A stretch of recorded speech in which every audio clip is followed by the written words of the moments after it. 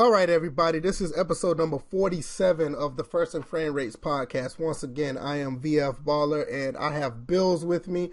He's in the podcast today, and I also have another guest. I mean, he's no stranger to having collaborations with me. He's done various podcasts or discussions with me when I was on the old discussions, and I think this is his first time on First and Framerates. Yeah. Nevertheless, I can't remember. Dollar Jr. is with us, the guy who really gave us the heads up on Axis football way back when Axis was nothing on PC, and it's now a console game, which is actually amazing. Thanks for showing us how that about that game and how it got started. But we're going to start off with some intros. Adala, how you been and what's been going on? Man, my life has been crazy this year. I'm getting engaged. I got engaged, of course, so that's why I hadn't been on much. I hadn't made many videos, and Axis has run its course for this year. We can't really add anything else or suggest anything else. So, but it is getting better, and I'm happy that it's got as far as it has. And developer does have a vision, but people just got to stop thinking it's Madden a competition. Right? Don't compare it to Madden, right? Can't do that. It's not even close. Right. But it's gonna give you things that Madden doesn't have, which is, in a direction. The franchise is a focus this year, and it's only going to get better from there. And thanks for having me again. Yeah, no problem, man. We're going to get into a little bit more Axis talk because there's another platform that I feel Axis need to be on. And but we're going to talk about that later. And Bills, man, how is life after Twitter? Peaceful. Definitely peaceful. I found time to really dig more into my music and build my career without having to deal with all the petty arguments and BS that goes on Twitter, because at times social media in general can be a very toxic environment, but I've kind of gotten away from that. Probably around the new year I'll come back and kind of promote my music more so than do anything else on social media. But yeah, it's been peaceful the past week or so. Yeah, and if you haven't checked out his music, I mean, his Twitter is still up. Go to his Twitter, and it's the pinned tweet. Go check out one of his songs. Me and my wife, we really enjoy it. Matter of fact, my wife still plays it from time to time out of the blue. So, hey, I appreciate that. Yeah, I mean, absolutely. So, yeah, so go check that out. It's at Bills4. Dollar Jr., you can check him out on Twitter. Is what is it, at AB75 or Dollar Jr. 75? What is your Twitter handle? Let me see. I'm not even sure. I hadn't been on it. I hadn't been on Twitter in a while, actually, as well. So I'm the only one that's still active on Twitter, just putting out Georgia Southern stuff. Dollar Jr. 75. Yeah. Dollar Jr. 75 at Dollar Jr. 75. You can catch him on there as well. Neither one of these guys are barely on, but just go give them a follow anyway. You never know what they might say. As for me, at VF Baller, you can find me on Twitter. You can also find this podcast on SoundCloud, iTunes. Just put just search it on any of one of those apps. Also, I also recommend Podcast Addict. Try that app out, and you can subscribe through there. Just search us on there as well.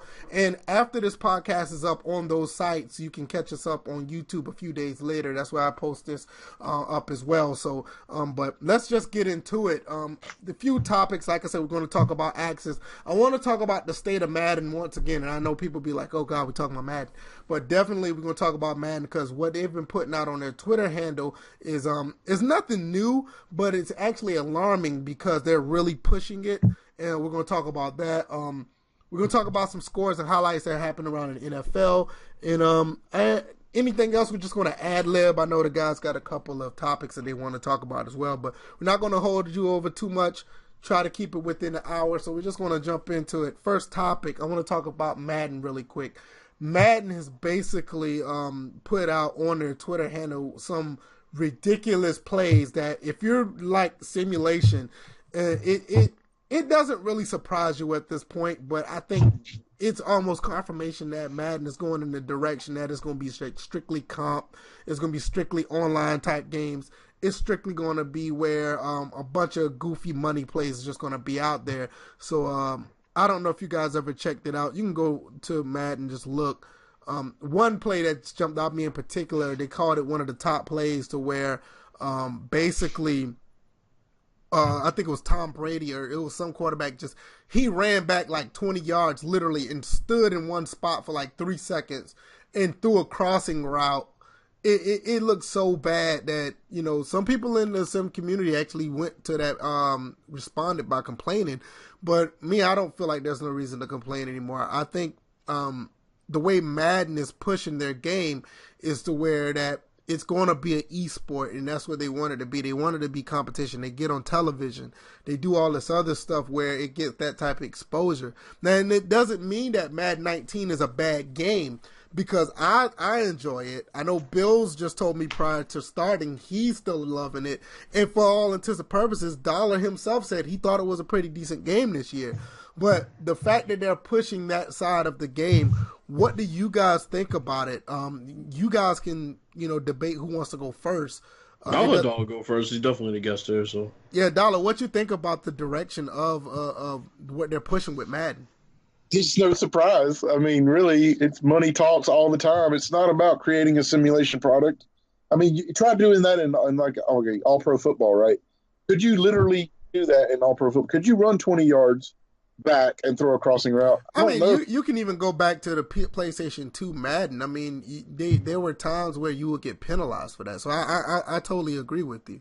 Not to say that APF don't have problems, but you definitely get penalized for doing that. But the thing is, in all pro football, the thing that was really cool about it was it really simulated the arm strength of a player. Like, you couldn't do that with Bernie Kosar, I don't think, or somebody with not like a Dan Marino, but somebody like that, you had to step into it. He couldn't throw it 70, 80 yards. There's no way. You really had to step into a pass of APF. You had to get your feet set before you threw a ball. I do remember that. But yeah, it's no surprise that they're going this direction. It's all about the money. It's all about the exposure, and the more exposure, the more sales, the more microtransactions they can put out there, and that's where everything is going these days. And it's the way of the future. Microtransactions, that's where they want to get people. That's where all the games are going, most of them. And I applaud Nintendo for not going that route with a lot of things. They could easily have microtransactions in a lot of their games, but they don't do it. That's why I'm always going to be a Nintendo fan. But yeah, I'm going to change the EA there. What about you, Bills? What do you think about this situation? I don't think it's a situation, but it's just been put on a higher display of how blatantly they're just going to push it out there. What are your thoughts? I think the whole thing's laughable, quite frankly. People were having a debate about which section of the Madden community was the better, form of gamer between sim and competitive. I mean, I don't think it's very much debate anymore when you look at some of this gameplay from these tournaments. I mean, quite frankly, these dudes, half of them don't look like they've ever watched football in real life or played football, even thrown a football to their father in real life in the backyard. Quite frankly, based on some of the stuff that they pull in the game. And Madden allows them to do it. And while they're fixing things on the sim side and correcting certain principles within zones, and they're still working on RPM, all that is well and good. But when you have a conglomerate like this Madden tournament that they always have, in this Madden league that they run, we'll never get a game that is strictly geared towards us, despite the fact that they call themselves sim gaming developers. Basically, you basically Madden has been touted as a sim game for decades. Yeah, and like you said, that the way that they push this stuff on television is like these guys don't want to play straight up. I mean, you look at what you see every Sunday, Thursday, or even on Monday nights. You don't see where guys just play like that in real life, and this game looks so real, you expect it to play real. But when you have they did, go ahead. Not only that, but I mean, another thing they did, which is funny to me, is they've pretty much gone since, back when Apex was making videos. They never had to come out and say that they were making a sim game. It wasn't until their game was getting a very high level of vitriol in this section of the community that they started to say, "Oh, we're making a sim game." Yeah, well, how about now? But that's the thing. That's the thing, though, Bills. like we all can agree that Madden 19 necessarily isn't a bad game. It's like they have it to where you can have a decent game of football. I'm not saying it's a full-on sim, or is it something that, rival like other games that they had in the past. It's just that this game is good enough you can pop it in, you can play a decent game of football, and if you win or lose, you understand why you lost. Yeah. That's an accomplishment in Madden in itself. So it's like you got it there, but you're pushing to where other people who get exposed to this game, they're going to expect that type of gameplay. And at one point, you can see it where maybe Madden 20, Madden 21, where what we have in Madden 19, what we have in 18, what we have in 17 is completely gone, and all you're going to see is those type of gameplay elements in Madden. And that's the thing, when you claim that you're making a simulation game, having a competitive and arcade mode counteracts that. Because if you're making a simulation game, everything that you do towards the development of that game should be geared towards making it as simulation and realistic as possible. Right. Franchise does not reflect that. MUT has never reflected that. And competitive modes in these Madden tournaments don't reflect that. So it's like, keep that same energy about making a sim game when it's time to pony up and put the money out there to get a new engine and improve your game. Don't just say you're making a sim game as window dressing and a way to muzzle us, because that's pretty much what it's been. Man, let me tell you something, man. You said about the franchise mode, dog. I've been playing Madden 17, and don't get me wrong, I like the game. Like I said earlier, it's good enough to play where if you win or lose, it's not no necessarily BS going on, because I've used Charter 04 sliders, and it's actually a pretty good game.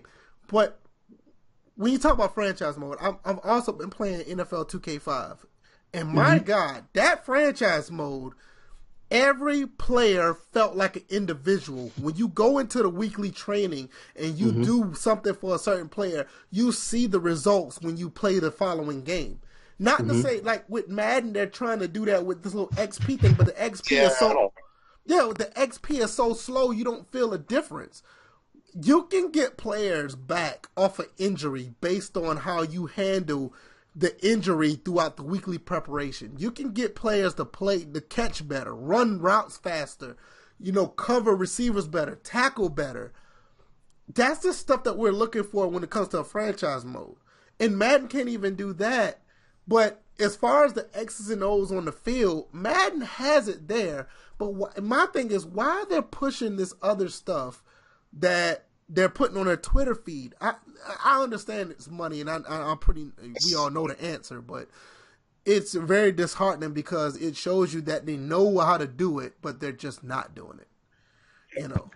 I mean, the proof is in the proof is in the firing, not the firing, but the parting ways of Rex Dixon from EA.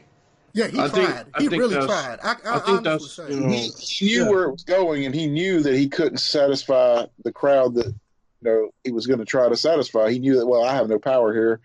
It's time to cut bait. I think low key that's the part of it. I'm pretty sure he would defend it. I mean, he would deny it.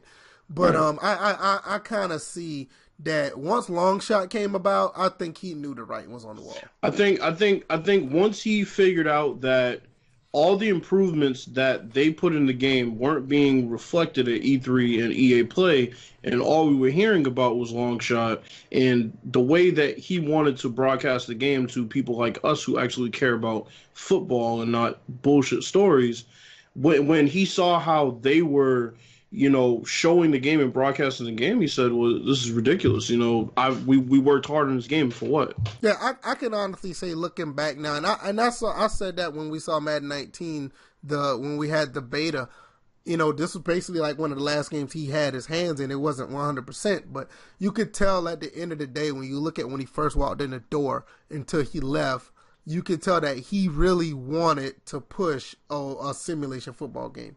People talk shit about Rex. We got one person in particular on Twitter that just can't stand him.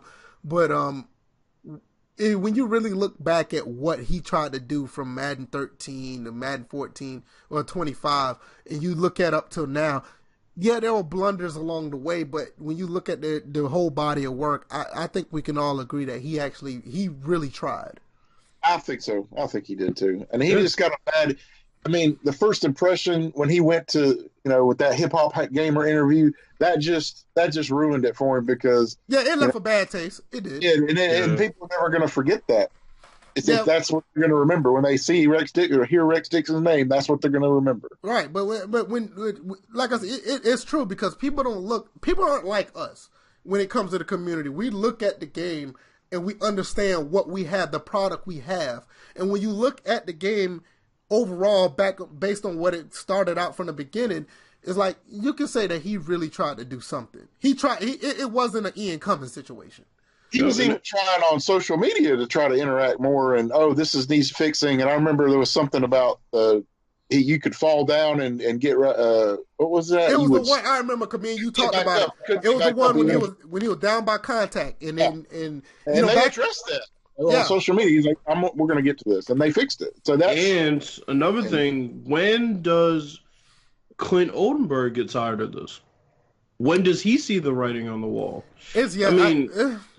I'm not going to put it out there and say when, but I wouldn't be surprised it won't be sooner than later.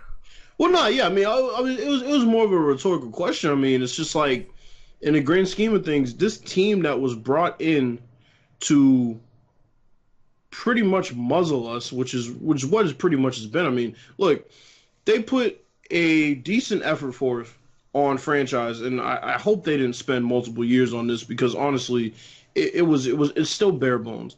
But like, I think that this entire team was put there to muzzle us because nothing has actually changed in the game to show that they are truly heading towards an ultimate sim experience. Yeah, other than incremental changes. Yeah, I think they put enough in there to we can look back and just honestly we can respect the work, but we know it's not where we want it. And right. I think that's where we're at now when we look at that game. It's like, okay, we respect what you did. I understand what Cam Webb was trying to do. We understand what Rex was doing. They put stuff in the game, but you're talking about true gameplay elements and some modes that are 14 years removed and another one that's 10 years removed that really haven't made it into Madden yet. So when you look back at it, it's like, yeah, we see what you did, but we know what we used to have. I mean, you can even, like, Dollar was a big proponent of Madden 08 PC. Madden 08 has stuff in that game that Madden 19 still don't have yet.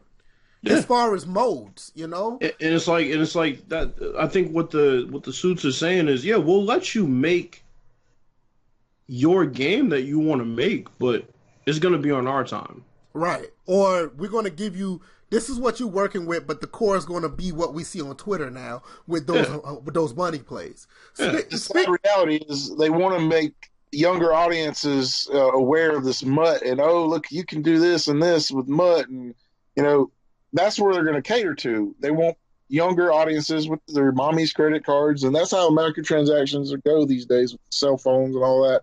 Sadly, you're exactly right. Well, let's jump to another game that don't have suits over their head.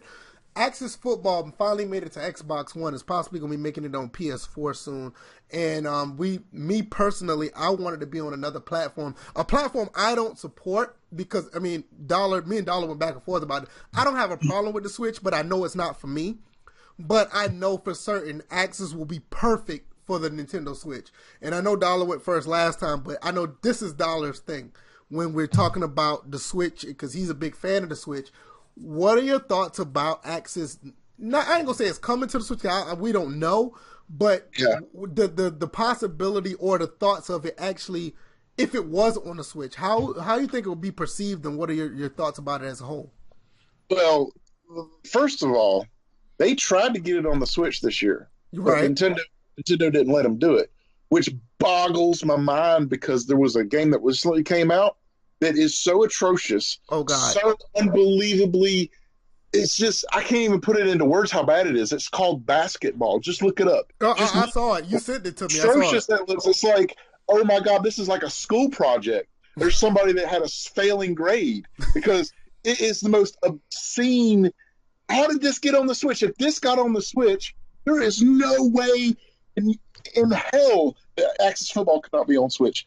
And Axis Football would be perfect on the Switch because mobile device in a sense.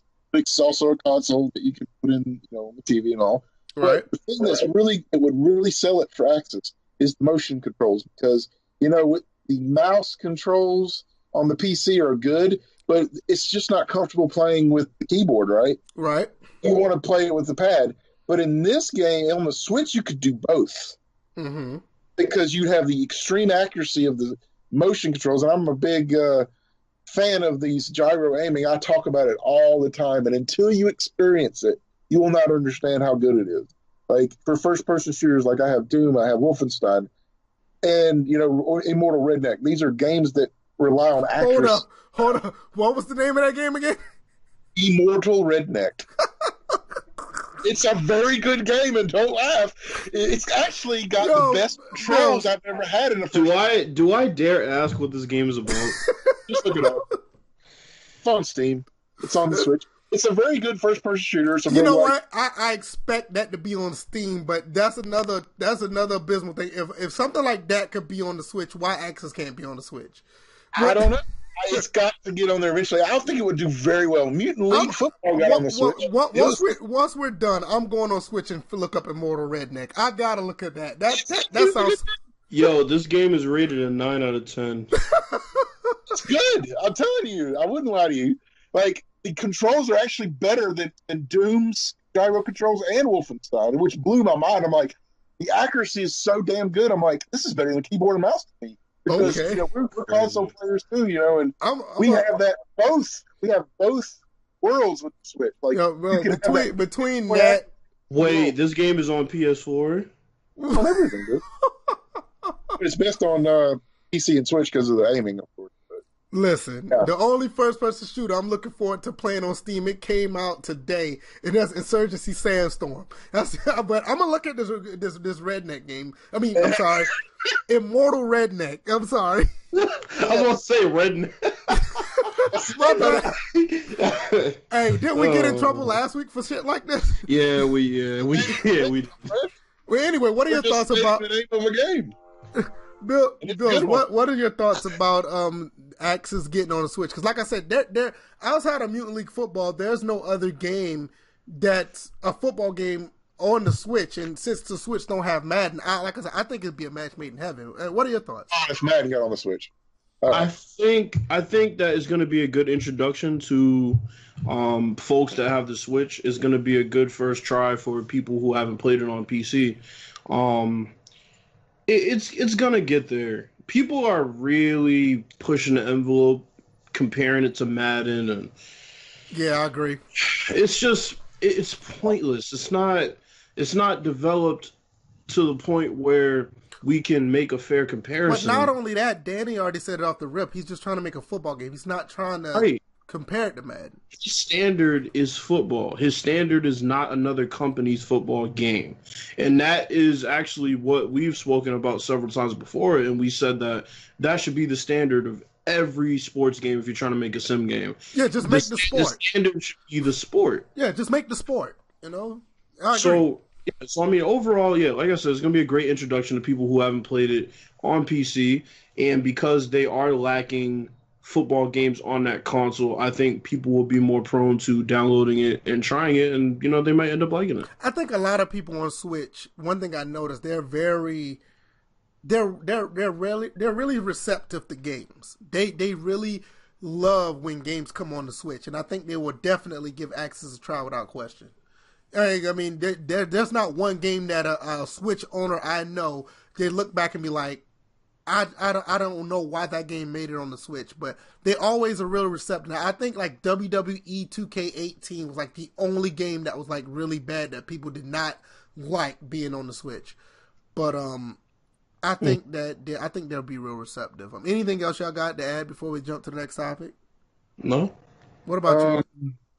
Well, about Axis to close, I just appreciate Danny and what he's done. And definitely.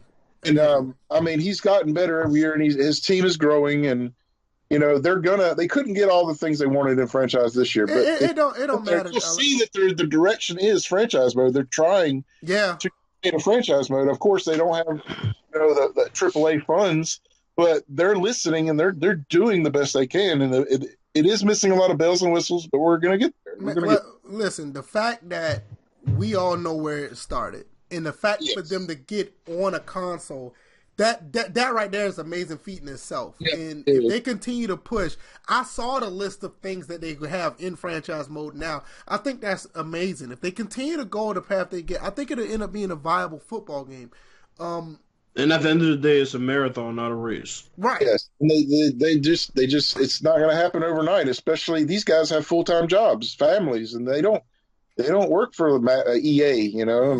I remember when Danny would started Access Football with $500 in a computer or something like that. Okay, just a funny story here. This is from Danny himself. The commentary was done by his brother-in-law with a mic in the bathroom. Oh God. He told me that. It's not funny, but I'm just saying but that's what he said. To quote him, he said, "We laugh about it, but that's what we're working with." Right. But doing the best they can, and that's admirable. But that's what I'm saying. When you look back and you think where this game has started, and look where it is now. I'm not saying it made it. It has arrived. It just. Yeah. You look at other games. That's just the game that we don't want to name. Oh, there's one I definitely want to name. Can I name it? Oh boy! No, there's two games. There's two games out there we will not name. It's one. Well, I'll name it. You know I will. I know you will, but there's two games that we will not name. One is a complete fake, phony, fraud. Man, first off, you know we don't got no filter on here. I don't know why we're sitting here acting like. Let's do it, man. You made a video. I made a video. I made a parody about it. Well, there's one there's one fake game made by Cal Anderson. By Smoothie Guy. And I had to do the video because he was basically pushing NCAA 11 out there as his game. I'm sorry, but Damon Groh, he got trucked. He got trucked that day. Damon Groh thought he was the king. And then Cal Anderson said, "Hold my beer." Yeah, Damon Groh said, "At least my game came out and was my game." That is true. That's true. Damon Groh's saying at this point. That is true because he's out here for moral victories. He's like, look, because not Madden, but Montana finally came out as a VR game. It was fucking terrible, right? But it finally came out. At least it was his work. Exactly. So that has to count for something. Yeah, it has to count for something. So, Damon Groh, congratulations, you're no longer pops. Hey, you can pour a shot. Well, maybe you shouldn't be pouring any more shots. He don't pour shots. He pour bottles. But He had a new tweet out promoting his game again. I'm talking about Cal Fraud Anderson. I'm not even going there. Shout out to Danny and Dollar. Thank you for introducing us to Axis because we really appreciate it. Because seriously, without you, I would have never known about the game, honestly. I mean, you actually helped me get a free copy of a couple of the games that came out, and I mean, I really appreciate it. And not only that, like I said, shout out to Danny for getting this game on a console, and I really hope he gets to all the consoles and really continue his success. I really do. Yes. If he goes on the Switch, he'll make a lot more money. Oh yeah, that's why I said I think that's why I said I think it's perfect for the Switch. That game is perfect for the Switch. But let's talk about some stuff that happened in the NFL. We're going to jump to some real football right now. We saw Dallas beat the Eagles in overtime, and that was actually a pretty good game to watch. It was. Yeah, that was actually a pretty good game, and that game and the other game, the Miami and Patriots game, those two games stuck out to me as actually really good games to watch. And I know you two guys, you're Dollar, you're a Miami fan, and Bills, he's a Patriots fan. Let me know what your thoughts about the Miami Miracle. I don't care who goes first, but when I saw it, please let me go first. When I saw it, I just sat back and like, yo. That was a great. When it happened, but let him go first. No, when I saw it, I thought it was a great play, but I was looking like, why in the hell Gronk is in the backfield like that? But anyway, go ahead, Dollar. I'm sorry. Go ahead, Bills. What are your thoughts? Yeah, Bills. I mean, okay, I know we struggle with Miami every single time we come to Miami, but we were going to escape by the skin of our teeth. And what does old Bill do? let's throw Gronk out there so if anybody tries to run past him, he won't be able to catch him because he has bad knees, a bad back, bad shoulder. He's not a defensive player, so who is he guaranteed to tackle? Nobody. Not only that, even if it's a jump ball, I mean, do you really... I mean, I know he's tall, but do you trust him? How do you let Kenyon Drake fake a lateral and then just take off down the sideline? Like, no, when I saw Gronk try to make that bullshit tackle at the end, I was like, right. I'm like, what is he doing back there? Why is he back? He should not have been on the field at all. Gronk looked like the old dude at the Y trying to keep up with some 20-year-olds who were trying to stay in shape for their, in the off season for their college team, trying to catch them. It was like, come on, man. Like, Kenyon Drake ran by him like he was standing still. Yeah, I saw it. I was like, wow. And you want to know who wasn't on the field? VF, just take a wild guess. Josh Gordon? McCourty.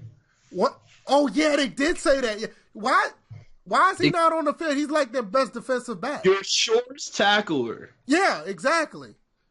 Wow, that's crazy. I got a lot to say. Oh, I can't wait. Go ahead, dog. Go ahead. Please go ahead.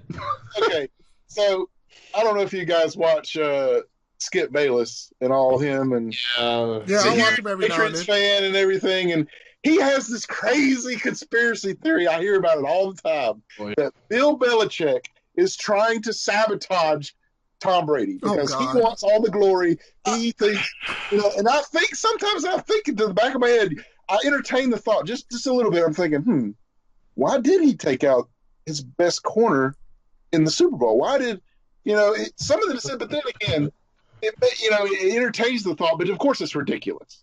I think it's ridiculous, but I don't think it's ridiculous. But we'll get on that another day. But, I'm thinking of like this is another decision he made that's kind of crazy. Like, so what was your thoughts about the play?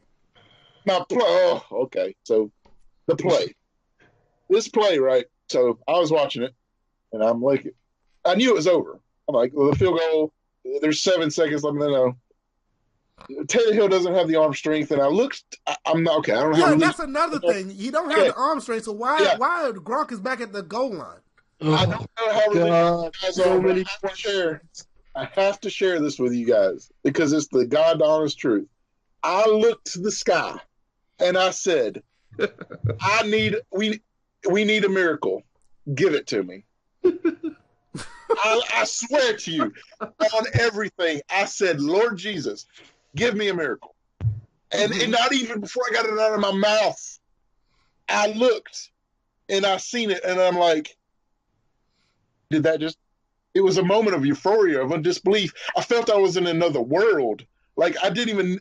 It was like an out-of-body experience. That's crazy. Like, I couldn't believe what it was I was witnessing. Because I literally just asked for a miracle. And see, I didn't see it live. I just saw the highlight because I was doing something else, and I was like, "Wait a minute!" Like I said, I didn't. The laterals and everything didn't bother me because I was like, "Okay, they pulled it off." What really got me when I saw Gronk back there trying to tackle, that was the shit. He was just Bill Belichick is he's used to success. He's used these players in the past. He's used Randy Moss on Hail Marys. He's used Troy Brown in so many different ways. He used Troy Brown as a freaking defensive back. Yeah, Troy Brown, man, what a great player, man. Troy Brown was great. Yeah, he was. But so he's out thinking himself now. He's getting a little old and he's getting a little senile sometimes. I think, like, he was wrong to put him back there. And I'm probably thinking, Bill's is like about to fall out of his chair. I'm just. This entire play was pretty much just an illustration. It was an illustration of what this man has done to this team for the past 2 years. Right. And it's like, okay, first you're bitter because Jimmy Garoppolo, they want to trade him. Okay. Right. Then you try to trade Gronk in the offseason. And Gronk was like, "I'm about to retire. Fuck this." Well, I skipped one thing though. You didn't start Malcolm Butler. Mind you, he played 97% of the snaps the whole year. Yep. Okay, so then you tried to trade Gronk. Okay, Gronk threatened retirement if you traded him. Okay, then this year you decide, all right, this is my genius plan. This is my genius plan. I'm gonna sign the other McCourty who hasn't been able to cover anybody in 5 years, and he's gonna be my second best quarterback. Now, the one genius thing he did do was finally start Duron Harmon. It's been about, it's come on. I mean, we've been saying that for years. He just finds the ball, He even found the ball. Last game, he made what we thought was going to be the game-clinching pick, if I recall correctly. But Tom Brady's having an off year. 41. Right, of course. He's 41. He's getting up there in age. He's not going to be able to do it on a consistent basis anymore. But Bill Belichick has this thing where he is what it seems to me is he seems obsessed with making people realize that without him, Tom Brady wouldn't be anything. Right, yeah, I see that. I think he's really trying to push that narrative. Like, I'm not going to say he threw the Super Bowl, but some of those decisions that he made, I give him far more credit than to think that he's just that stupid to do some of the things he did. I mean, the fourth down conversion he tried was just, come on, really? Then the reverse on the kick return, it's like Malcolm Butler, obviously. And the worst part? People try to defend him and say, well, Malcolm Butler wasn't playing too well that week in practice. But you know how some people are, man. Of course. And after 5 rings, I mean, they're going to try everything to damage control. And in this city, it is Bill Belichick or Tom Brady at this point. You can't like both. That's what it's come down to. Oh, that's crazy. I didn't think it'd be like that. Oh, that's what it's come down to. No question. That's what it's come down to. Wow. And what honestly is going to happen is, and I hate this because I don't want Tom Brady to have another loss on his resume, but I think the Patriots will make it back to the Super Bowl this year, and I think that whether they face the Bears, the Cowboys, doesn't matter who comes out. I'm glad you said that because that's a good segue to one of our final topic. But whoever comes out of the NFC, I don't see the Patriots beating them. The NFC. Let me tell you something. This game that's coming up, because I don't have any other things to talk about as far as what happened this week. I think the Cowboys game and the Patriots game, those are 2 games that really stood out to me. Everything else, there weren't bad games that were played, but just for the sake of time and everything, I mean, we can go through every other game, but I don't think the other games was like as heightened as far as polarizing as those 2, because those 2 is like kind of shockers in their own right. But speaking of this game coming up next, I mean, the preview of the Chiefs and the Chargers. You said the Patriots may make it to the Super Bowl. I'm not going to sleep on these Chargers. I think the Chargers are really good. You called this out earlier this year. Now I didn't see it, but as far as the AFC goes, even if they lose to the Chiefs, they're playing in San Diego, right? I believe so. I'm going to look at this game and see because I live on the East Coast. I never really got a chance to look at the Chargers like that. Right. But I'm going to look at this game, and I'm going to really look and see what this team They're is about. at Kansas City, by the way. Oh, they're playing at Kansas City? Oh, okay. Man, that gives me more reason to watch them play. Because what's scary, though, VF? They have gone on this streak of wins without Melvin Gordon, without Joey Bosa, now without Melvin Ingram. Right, okay. So, I mean, they had the linebacker that was out, one of their big-time linebackers. They had Joey Bosa. Now they got the starting running back, and they're just soldiering on. Yeah, and they're talking about that Melvin Gordon might come back to play for this game. But I want to watch. I want to watch this team because there's a reason why they're winning these games, and most of it could be off the arm of Phillip Rivers. Because let me tell you, this guy's been under the radar for so long, and I understand because he hasn't gone far in the playoffs, but his numbers are phenomenal. And I would not be surprised if these guys actually make it because I know you have the Patriots, you have the Chiefs, and you have don't sleep on the Texans though. Yeah, you have the Texans too. So it's like you don't know what you're getting at the AFC, but I want to look at this team. Then I go full circle with what we have in the AFC. What are your thoughts about this game that's coming up between the Chiefs and the Chargers? Dollar, yeah. What are your thoughts about it? Well, the Chiefs, they really, I mean, this whole Kareem Hunt situation, they got to be so mad about this because, I mean, he's such a versatile player, and I think this really hurts their chances. I think the Chargers are probably going to upset the Chiefs, but because they're playing in Kansas City, I mean, they have the potential to upset the Chiefs.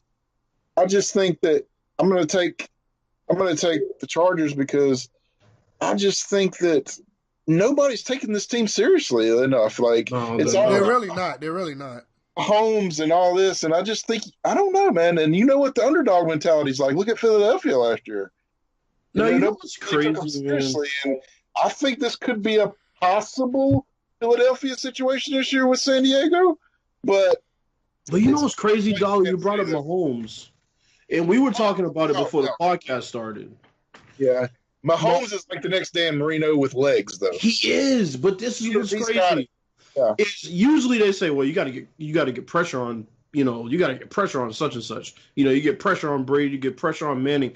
We've seen teams pressure Mahomes, and it hasn't really done much of anything, which is the crazy thing. I've never really even seen a quarterback like that you've seen him battle tested in so many ways in his first year as a starter.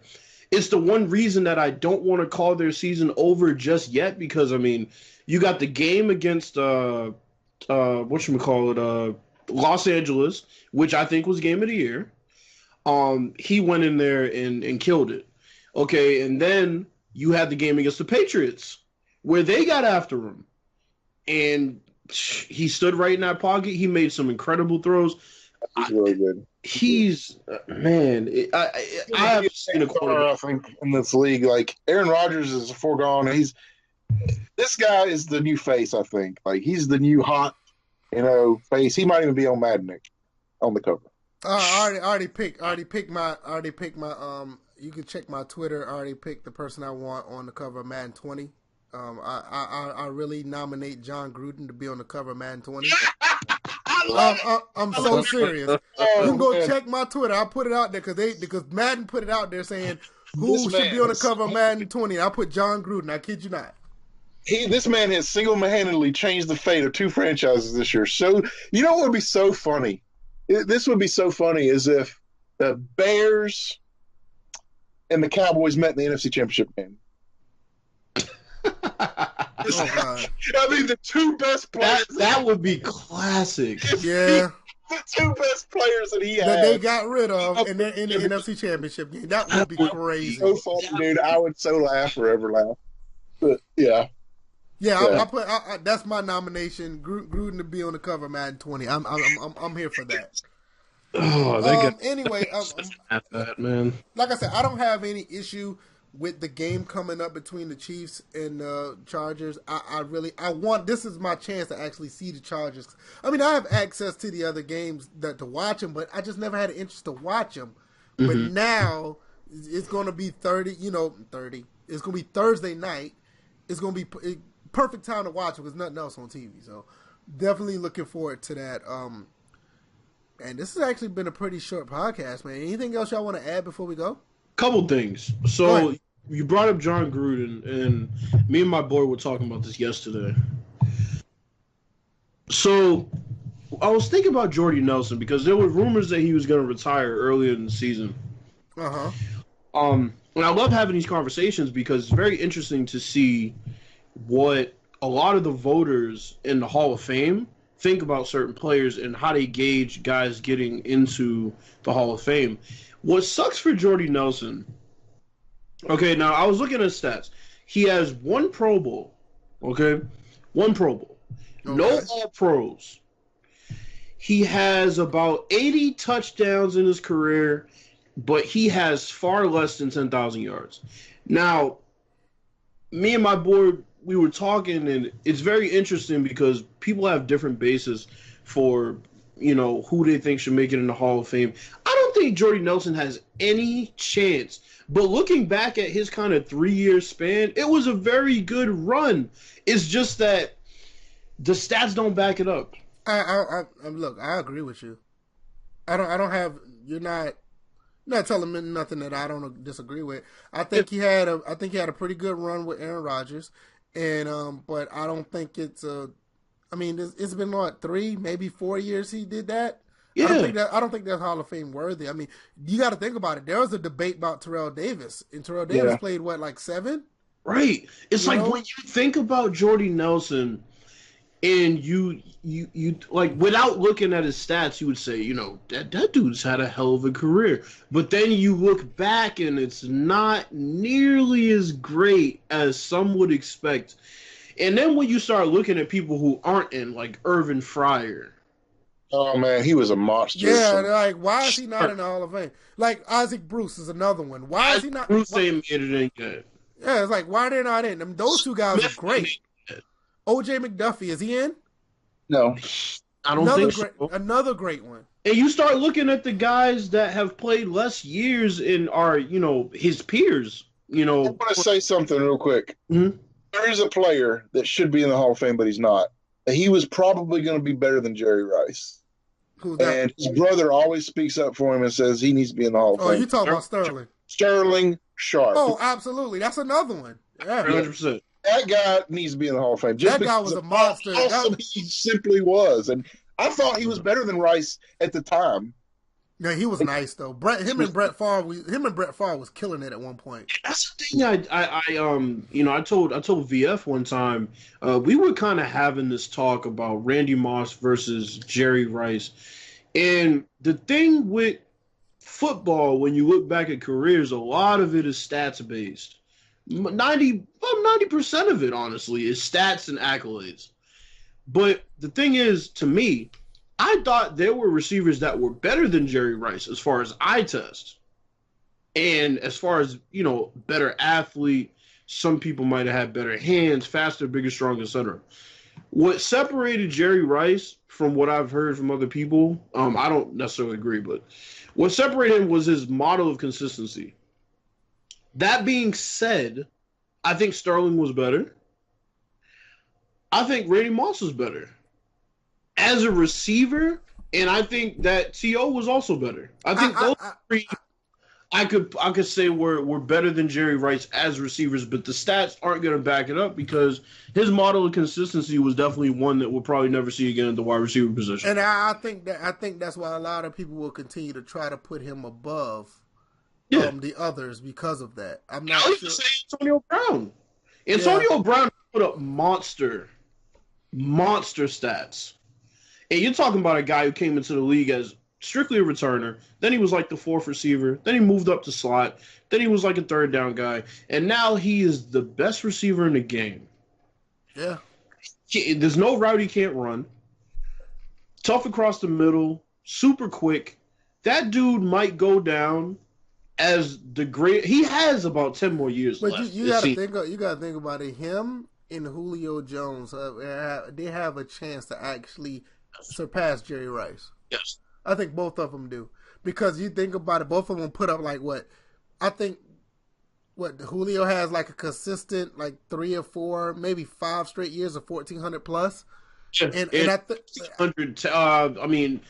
close to 1,500 pretty much for the past 5 years. Right, and then you got Antonio Brown is almost putting up those same numbers, but he has like maybe 120 receptions at a time. I don't have the stats in front of me, but both of those guys are putting up like monster numbers. Like they've been doing it for like the last 4 or 5 years. So yeah, if they keep it up, both of them have the ability to play for the next at least 8 years minimum. And I think we also spoke about this, but real quick, I want to ask Dollar, do you think Calvin Johnson is a Hall of Famer? Is Dollar still here? Oh, yes. Oh. Yeah. I think it's a no-brainer. But a lot of people... It didn't matter how many people were on this guy. You could put 4 men on him, he'd still catch it. It's just the same. It's on such a bad thing. Calvin is basically, he's a victim of the Barry Sanders syndrome. That's a shame. And the early retirement from Sanders, he could have easily beat Emmitt Smith. Easily. No, I don't think he would have beat Emmitt Smith because you got to think about it. At the time he was in the league. Yeah, No, Which at the time he was in the lead. He would have. yeah, If Barry he would was have in the league. Yeah, if Barry would have continued to play, Barry would have probably had 20,000 yards rushing. but he was just sick of it. He's like, this team is not trying to get me a championship. Yeah. Well, and this is the thing. I think that Barry no doubt would have blown right past Emmett and put it out so far that Emmett wouldn't have been able to catch it because he started to underperform towards the end of the 90s. Yeah, because he did. I mean, it got to the point he didn't care anymore. But you got to think about it. Like Emmett, the record is 18,726 or something like that. Like I said, Barry could have probably ended up having 20,000 yards rushing if he'd have kept playing. That's what I'm saying. Yeah. I think so too. Yeah, he would have had about 20,000 yards. He had no freaking offensive line. He had nothing. He had to create. Like, it was listen. It was Barry Sanders and Herman Moore. Yeah, that was it. You didn't have a quarterback. You didn't have a quarterback. No, you didn't have a defense. I think it was that one time they had that one linebacker at one point on defense, but you didn't have a defense. Hank Stillman. Yeah, exactly. But so he's the equivalent of Dan Marino. Right. He had no defense, nothing. It was him. Line. Yeah, no line. Imagine if he would have had the Dallas Cowboy line on the 90s. My God. Let me tell you, if he had got, listen. About 30,000 yards. Yeah, if he had, I ain't going to say 30. That's a lot. Well, I question if Barry would have worked with that line only because the system was a bit different. His ability, too. His ability, no doubt, was amazing. No, his ability just doesn't fit that offensive line. Yeah, I'll put it like this. Yeah. Let's just say, for instance, if he had one or two guys from that line on Detroit, he don't need the whole line. Let's say if he had one or two guys from that line. Yeah. Larry Allen and Newton. Yeah, if he had one or two guys from that line, you're probably in the center. Yeah, now you're probably talking about maybe 23,000 yards. Yeah, because when I look at Emmitt Smith, I kind of see like leveling up a little bit. Yeah, or Jerry Rice or Jerry Rice type, just give you straight consistency. Yeah, but as far as the running style, I mean, I no doubt I see Emmitt Smith. Emmitt Smith was one of the smartest running backs. As far as finding holes, his vision was amazing. Yeah, and you didn't have to look for wrong because those holes were ginormous. It's true, but there were times when he had to create for himself. He had to. There's the whole separated shoulder game against the Giants that he soldiered through. I mean, he was a great player. Don't get me wrong. It's games, no doubt. Yeah. One more player I want to bring up before we can wrap it up if you want. Most underrated receiver of all time to me is Lance Allworth. I'm looking at his stats and. I mean, know, man. Lance is nice, man, but Andre Rosin was kind of nice too. Was a monster, but how many people that you talk to will even know who Lance Allworth is? That's true. That is true. I mean, 7-time Pro Bowler. His peak year, he had 69 catches for 1,600 yards. That sounds like some Randy Moss shit, bro. 69 catches for 1,600. 14 touchdowns. That ratio, isn't that ratio like got to be like some type of record or something? It has to be. Yeah, because I mean, you get 1,600 yards. If you get 1,600 yards receiving, you're thinking that this receiver had at least at the minimum 90 catches. 23 yards per catch. 114 yards per game. VF.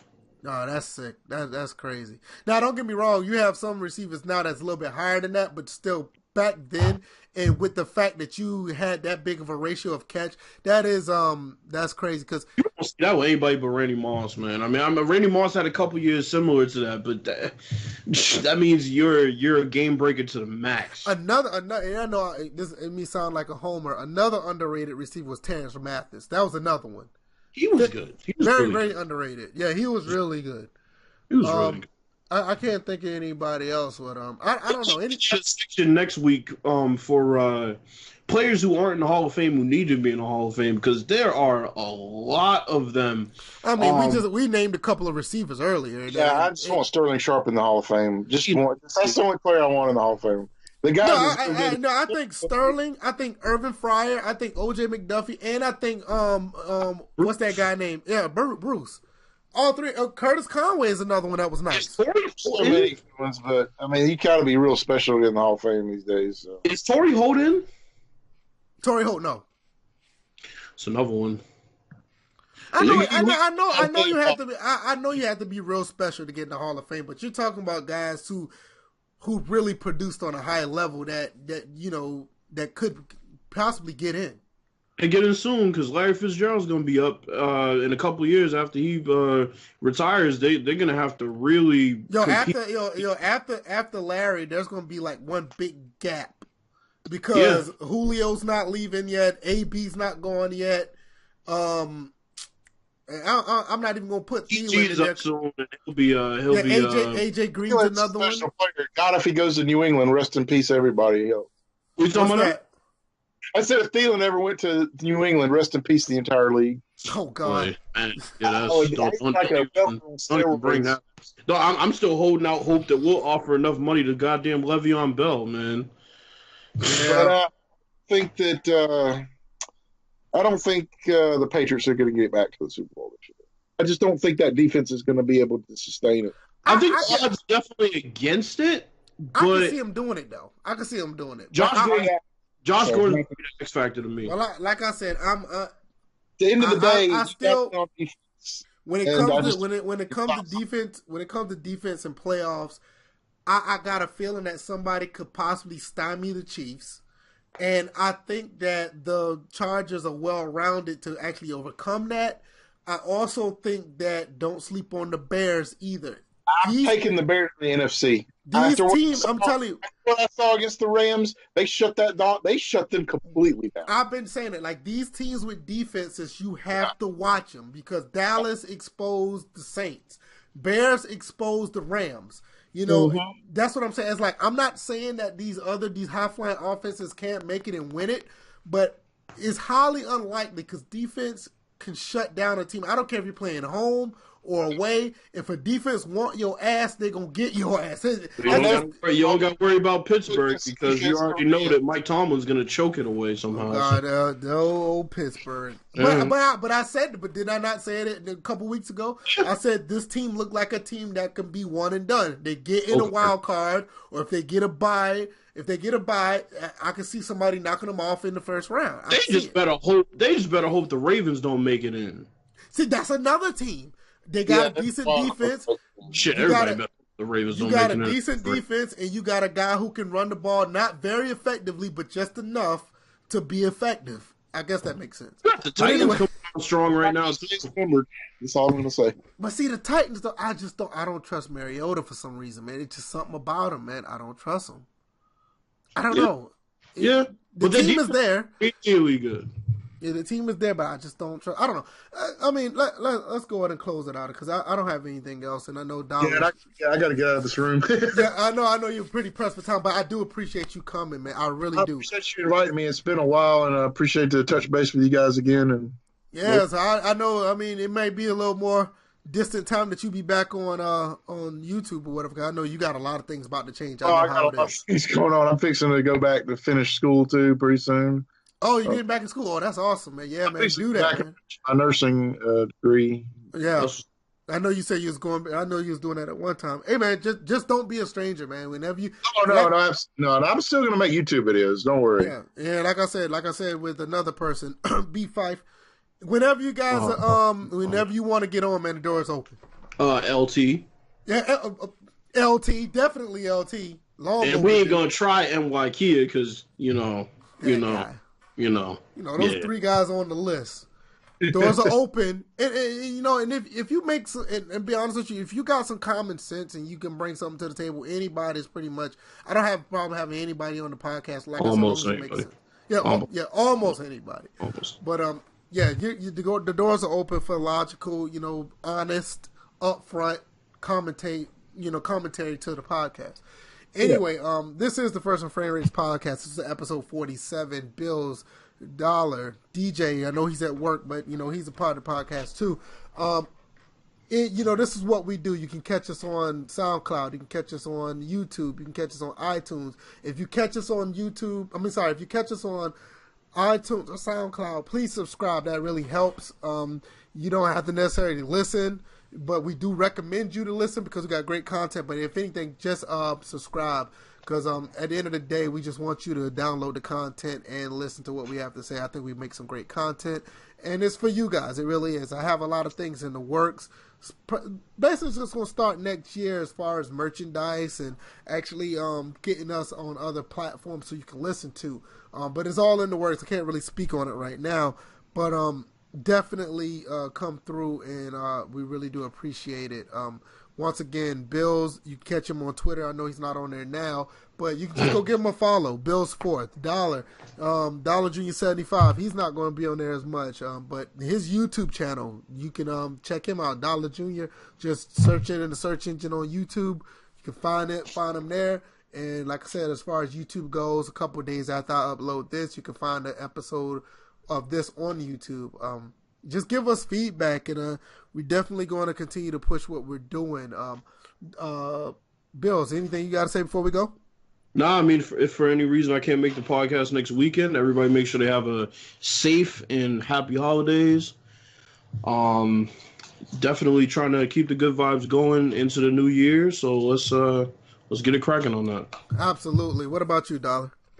Again, thanks for having me, and let's look forward to next year and whatever Axis 19 is going to bring. I'm excited for the competition and yes, a little bit anything, and I haven't given up on you, Virtual. I'm still going to try to get you converted to the Switch. Hey, it might be happening sooner. Man, it's too good. You got to have it in your life. It might be happening. With your newcomer coming, your newborn, you're gonna appreciate it. Hey man, it may be happen sooner than you think, man. I'm a tech head, man. I love tech. I love technology, man. I might have to get one. I got 18 consoles in here. Why not add another one? So it's kind of like a smartphone. Once you get it, you'll wonder how you didn't have it before. I'll look into it. Like Bill said, happy holidays to everybody, and I hope you guys enjoy your family, or if you don't have a family or whatever, enjoy the people that you're around, and just have good vibes, man. It's all good. And you don't have a family. Hey man, that's not my problem. Hey, if you guys, we'll see you guys around for episode 48. You guys take care. Peace. Peace.